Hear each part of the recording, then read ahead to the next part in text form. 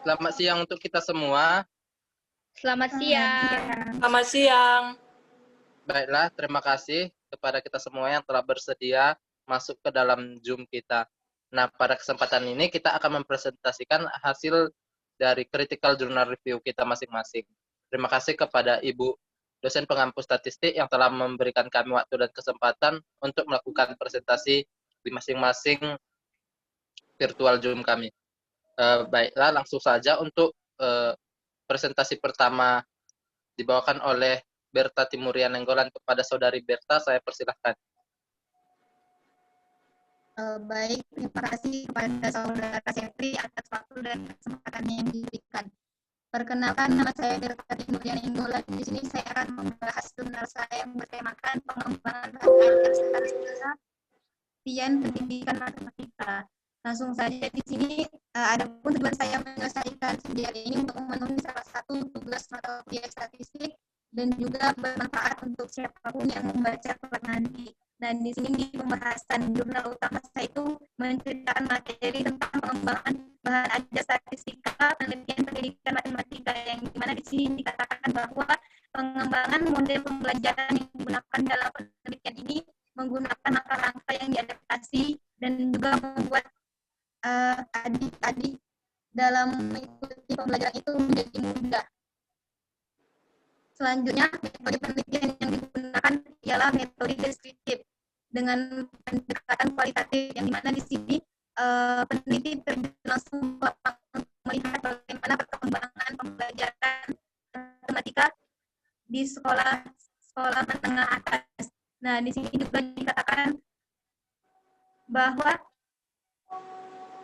cakupan kajian teori yang dihasilkan oleh peneliti itu merupakan bahan ajar statistika penelitian pendidikan matematika dengan model pengembangan Bohr dan Gall, yang dimana di sini dikatakan bahwa di samping itu buku yang digunakan selama ini sangat aplikatif, hampir menghilangkan rumus asalnya dalam hal ini rumus matematika dan statistiknya.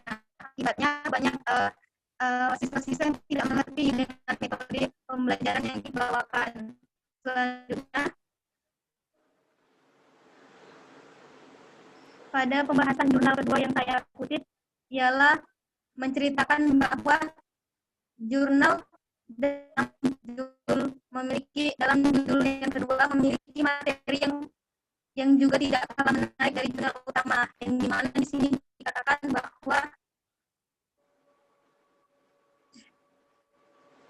pokok-pokok argumentasi penulis dalam pendahuluan penelitian dalam bidang pendidikan ilmu sosial memahami dengan hanya mendeskripsikan berbagai hal yang saling berkaitan. Juga melalui pengujian hipotesis, sebagian peneliti ilmu sosial ada yang mengatakan bahwa dengan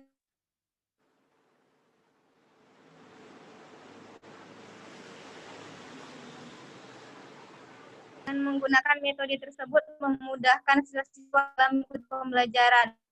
Kesimpulan dari critical journal saya ialah pengembangan perangkat pembelajaran dengan menggunakan metode PBL bermuatan pendidikan karakter pada mata kuliah statistik dasar yang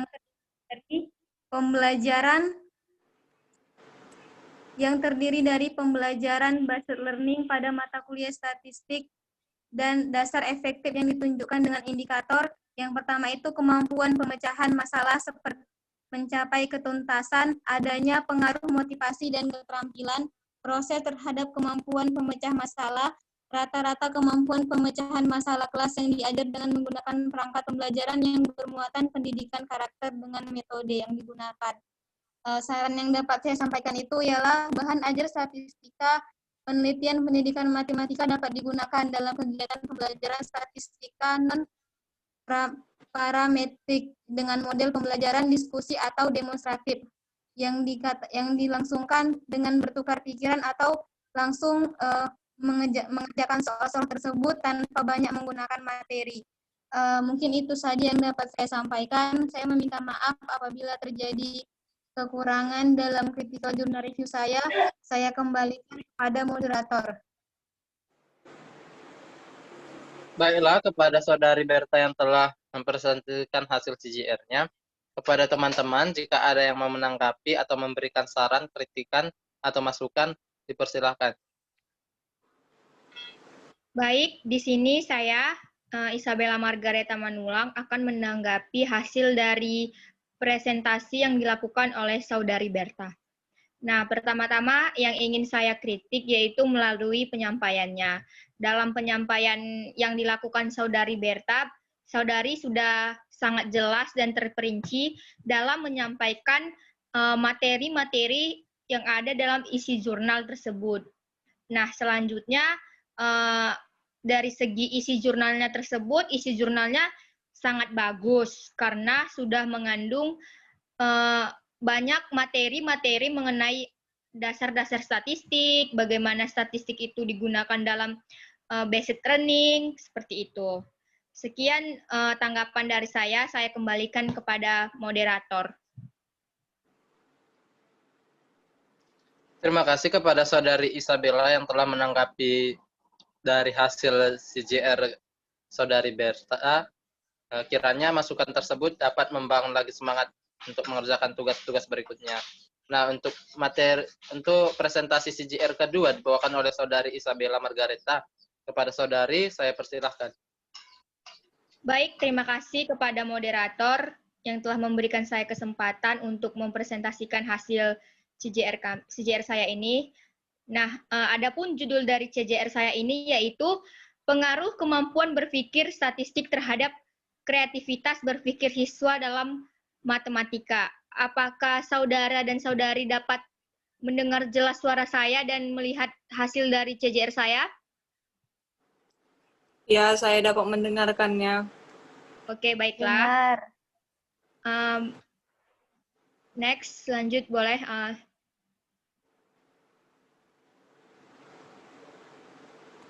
Oke.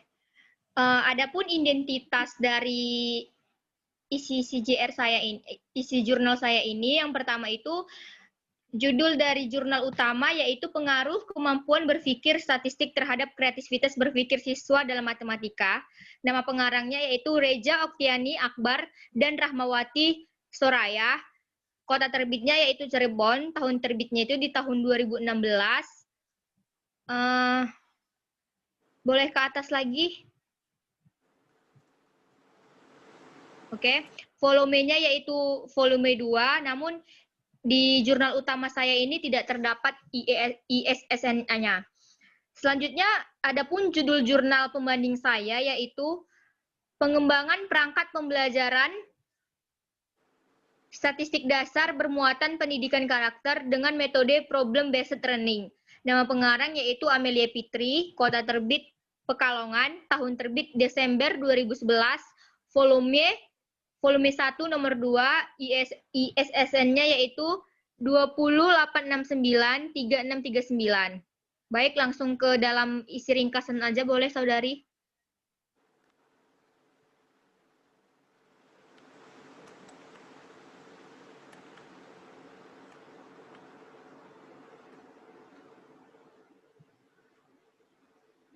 Oke, baik. Nah, adapun hasil dari pembahasan terhadap jurnal utama dan jurnal pembanding saya ini ialah dari data hasil penilaian diperoleh dari hasil instrumen tes uraian kemampuan berpikir statistik dan tes kreativitas berpikir siswa.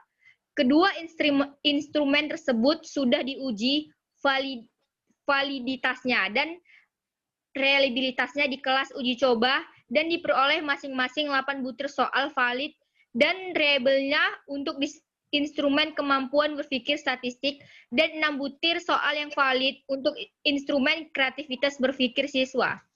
Nah, kemudian instrumen tersebut dijadikan alat untuk mengumpulkan data di kelas menjadi sebuah sampel.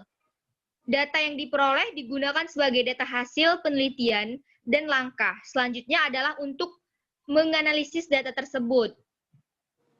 Boleh ke bawah lagi, Saudari? Nah, sedangkan hasil pembahasan dalam jurnal pembanding saya ialah berdasarkan hasil validasi terhadap perangkat pembelajaran yang dikembangkan, maka dapat disimpulkan bahwa perangkat pembelajaran yang dikembangkan telah memenuhi kriteria valid, yaitu validasi isi dan validasi konstruk.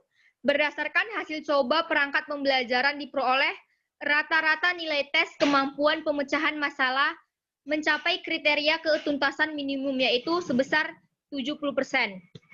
Adapun kekurangan dan kelebihan dari jurnal utama saya ini ialah, boleh ke bawah lagi, saudari. Nah, kelebihan dan kekurangan jurnal utama yang pertama itu terdapat dari judul.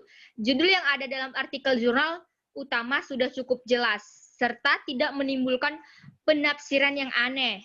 Dari segi abstrak, abstrak yang ada di artikel jurnal utama menggunakan bahasa Indonesia yang jelas. Dari segi bentuk pendahuluannya, pendahuluan atau latar belakang yang ada di artikel jurnal utama cukup jelas. Dari segi metode, sudah dijelaskan bagaimana metode yang digunakan dalam jurnal utama maupun dari jurnal pembanding. Hasil dan pembahasannya pun menyatakan hasil dari metode penelitian yang jelas. Sedangkan dalam jurnal pembanding saya, dari segi judul, boleh dibawahin. Nah, dari segi judul, abstrak yang ada di artikel jurnal pembanding saya itu sudah cukup jelas, seperti jurnal utama. Dari segi abstrak, abstrak yang ada di artikel jurnal pembanding menggunakan bahasa Inggris dan bahasa Indonesia. Pendahuluannya atau latar belakang yang ada artikel jurnal tersebut sama seperti jurnal utama saya, yaitu cukup jelas dan sangat terperinci penjelasannya. Dari segi metode pun sama seperti itu, menggunakan teknik ke lapangan melainkan studi pustaka, dan hasil pembahasannya sudah cukup jelas dan terperinci. Nah, selanjutnya kesimpulan dari isi kedua jurnal saya yaitu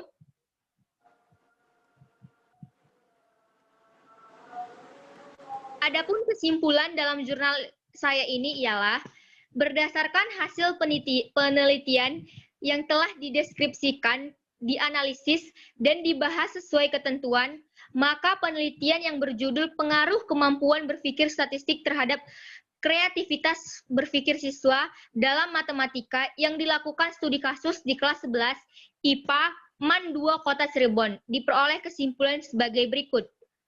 Bahwasannya, tingkat kemampuan berpikir siswa tergolong cukup. Tingkat kriteria kreativitas berpikir siswa kelas 11 MAN 2 Kota Cirebon dalam matematika diketahui secara keseluruhannya, termasuk ke dalam kategori kreatif. Kriteria kreatif ini berarti siswa mampu menunjukkan satu jawaban yang baru dengan cara penyelesaian yang berbeda.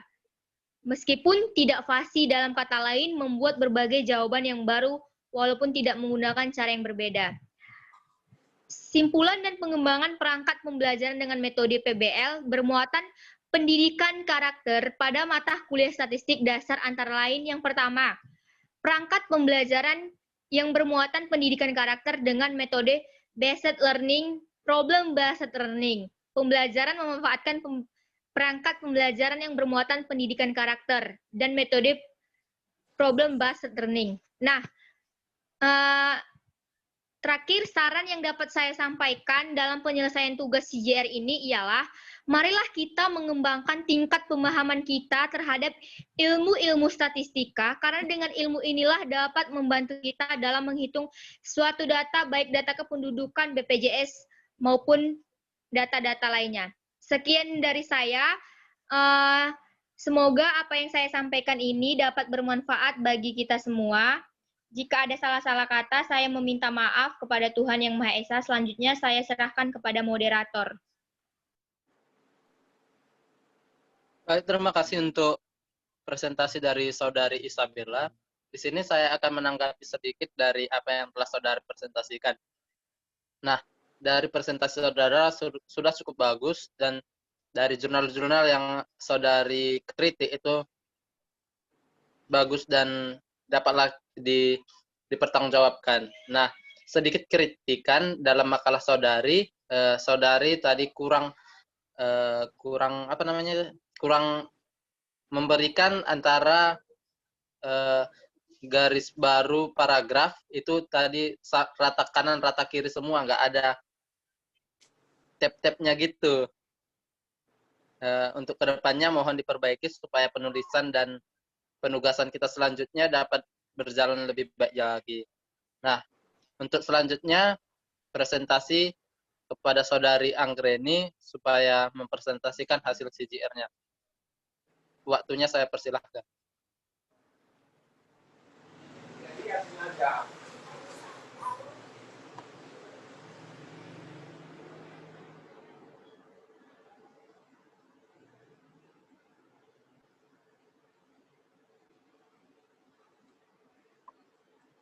Baiklah, terima kasih atas kesempatan yang telah diberikan kepada saya oleh moderator. Di sini saya akan menjelaskan mengenai identitas jurnal yang saya gunakan. Jadi saya menggunakan 2 jurnal. Yang pertama jurnal utama dengan judul Pengaruh Kemampuan Berpikir Statistik Terhadap Kreativitas Berpikir dalam Matematika. Dan di identitas jurnal pembanding, saya mengambil judul Analisis Statistik Sederhana untuk Pengambilan Keputusan. Jadi dalam ringkasan jurnal utama, terdapat di pendahuluan bahwasannya definisi statistik menurut para ahli atau pengertian statistik menurut para ahli itu berasal dari kata state yang artinya negara. Jadi dalam pengertian yang paling sederhana, statistik itu artinya data. Dan pengertian secara luas, statistik itu dapat diartikan sebagai kumpulan data dalam bentuk angka maupun bukan angka yang disusun dalam bentuk tabel atau daftar dan diagram yang menggambarkan atau berkaitan dengan suatu masalah. Baiklah, langsung saja kita akan membahas di bab 2 pembahasan. Jadi, berpikir statistik itu merupakan bagian dari berpikir matematika, akan tetapi berpikir statistik tidaklah sama dengan cara berpikir matematika. Jika matematika mempunyai peranan yang penting dalam berpikir deduktif, maka kemampuan berpikir statistika mempunyai peranan penting dalam berpikir induktif. Pengembangan kemampuan berpikir statistik diharapkan dapat menumbuh kembangkan kreativitas siswa pada fokus materi pembelajaran matematika mengenai statistik dan peluang. Jadi, hal ini pun jelas disampaikan oleh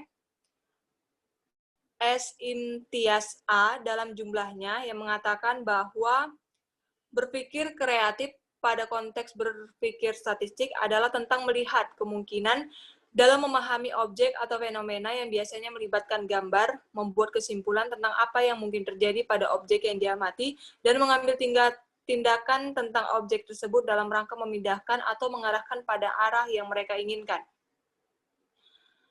Di sini saya akan menjelaskan mengenai bab 3 penutup, adapun kesimpulan dari kedua jurnal yang telah saya kerjakan adalah bahwasannya statistika adalah ilmu pengetahuan yang berhubungan dengan cara-cara pengumpulan dan penyusunan data, pengolahan data dan penganalisisan data, serta pengajian data berdasarkan kumpulan dan analisis data yang dilakukan. Salah satu ilmu yang mendasari dalam mempelajari statistika adalah peluang,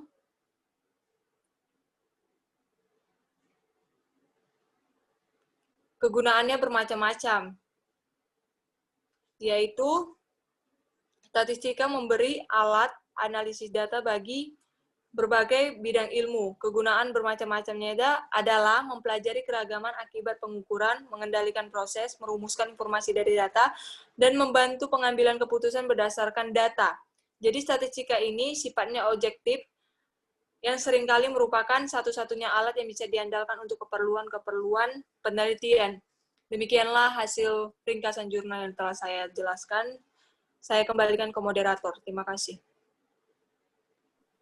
Terima kasih kepada Saudari Anggreni yang telah mempresentasikan hasil dari critical journal review-nya. Kepada Saudari Berta dipersilakan untuk menanggapi dari presentasi Saudari Anggreni.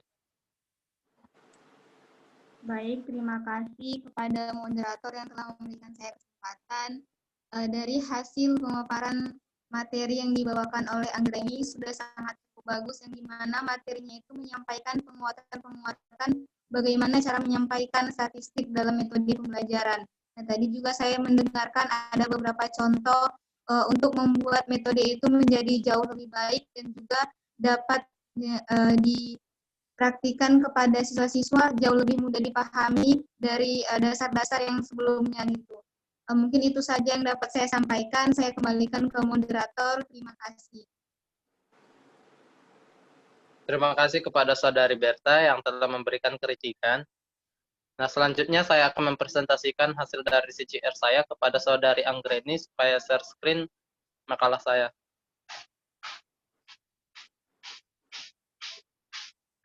Langsung saja kita ke identitas jurnal mungkin.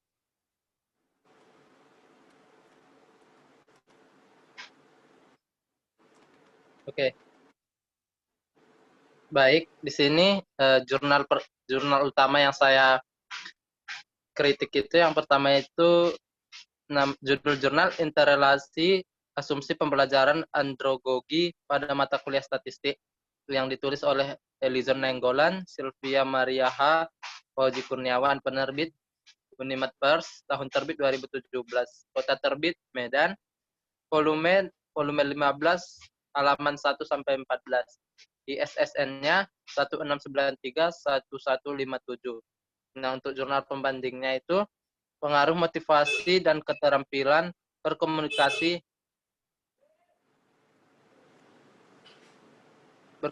terhadap prestasi belajar mahasiswa pada tutorial online berbasis pendekatan konseptual pada mata kuliah Statistik Pendidikan. Penulisnya Mary Novianti, penerbit FKIP UT, tahun terbit 2011, kota terbit Medan, volume 12, halaman 80 sampai 88, nomor 2. ISSN-nya 14111942. Langsung saja kita ke pembahasannya. Bab 3 mungkin. Oke. Pembahasan review jurnal, analisis reviewnya. Kedua topik bahasan yang disampaikan pada jurnal yang saya review ini berkaitan dengan mata kuliah yang saya ambil di semester 5, yaitu mata kuliah statistik. Topik bahasan yang dibuat sesuai dengan materi yang telah disajikan. Jadi dapat disimpulkan kedua topik jurnal ini memiliki relevansi dengan mata kuliah maupun isi materi atau pembahasan yang disajikan dalam jurnal tersebut. Pokok-pokok argumentasi penulis. Pada kedua jurnal yang saya review ini terlihat bagaimana penggambaran argumentasi penulis dalam menjelaskan hasil dari penelitian yang telah dilakukan sehingga argumentasi yang dibuat pada kedua jurnal tersebut dapat dengan mudah dimengerti oleh pembaca. Metodologi yang digunakan dalam relevansinya pada jurnal ini, metode yang digunakan masing-masing jurnal sesuai dengan topik yang dibuat, sehingga metode penelitian yang dilakukan bagus dan sesuai dengan topik yang dibuat. Kesimpulan dan saran penulis serta implikasinya. Kesimpulan dan saran dipaparkan oleh penulis cukup simpel dan mudah dimengerti sehingga pembaca tidak kesulitan dalam menyimpulkan maksud dari isi jurnal tersebut. Lanjut, perbandingan jurnal. Nah, pada jurnal yang pertama, kelebihannya itu penggunaan bahasa yang mudah dimengerti. Topik penulisan jurnal ini juga cukup menarik dan tentunya bermanfaat bagi pembaca, khususnya mahasiswa. Karena melalui isi jurnal ini, kita dapat mengetahui internalisasi asumsi pembelajaran andrologi pada mata kuliah statistik. Pokok argumentasi penulis dalam jurnal ini juga mudah dimengerti, serta kesimpulannya dibuat cukup simpel dan mudah untuk dimengerti. Pada bagian hasil dan pembahasan jurnal ini membuat tabel sehingga pembaca dapat dengan mudah memahami hasil penelitian yang dibuat oleh penulis. Pada kedua jurnal memiliki kelebihan. Materi yang disampaikan juga tentunya sangat bermanfaat bagi pembaca, khususnya bagi kita mahasiswa. Karena melalui jurnal ini kita dapat mengerti pengaruh motivasi dan keterampilan berprestasi terhadap prestasi belajar mahasiswa pada tutorial online tersebut. Nah, bab 4. Kesimpulan. Jadi kesimpulan yang saya dapat setelah membuat ringkasan jurnal tersebut, dengan menganalisis serta membandingkan kedua jurnal tersebut, yaitu dengan membaca kedua jurnal tersebut, maka dapat membuat pembaca memiliki pengetahuan yang lebih luas terhadap materi yang telah disampaikan pada jurnal tersebut. Kedua jurnal ini masing-masing memiliki kelebihan dan kekurangan, dan dalam penyajian materi serta kedua jurnal tersebut sangat bagus dan menarik. Saran.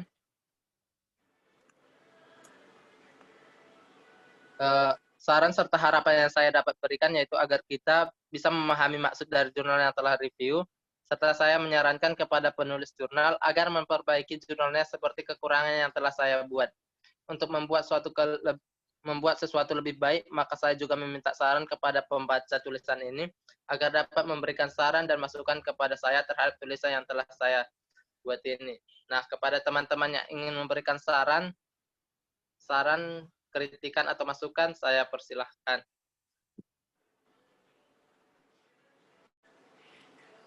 Baiklah, saya di sini akan memberi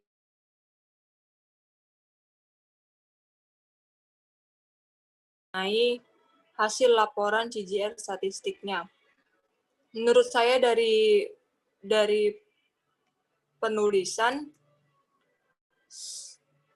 laporan sudah rapi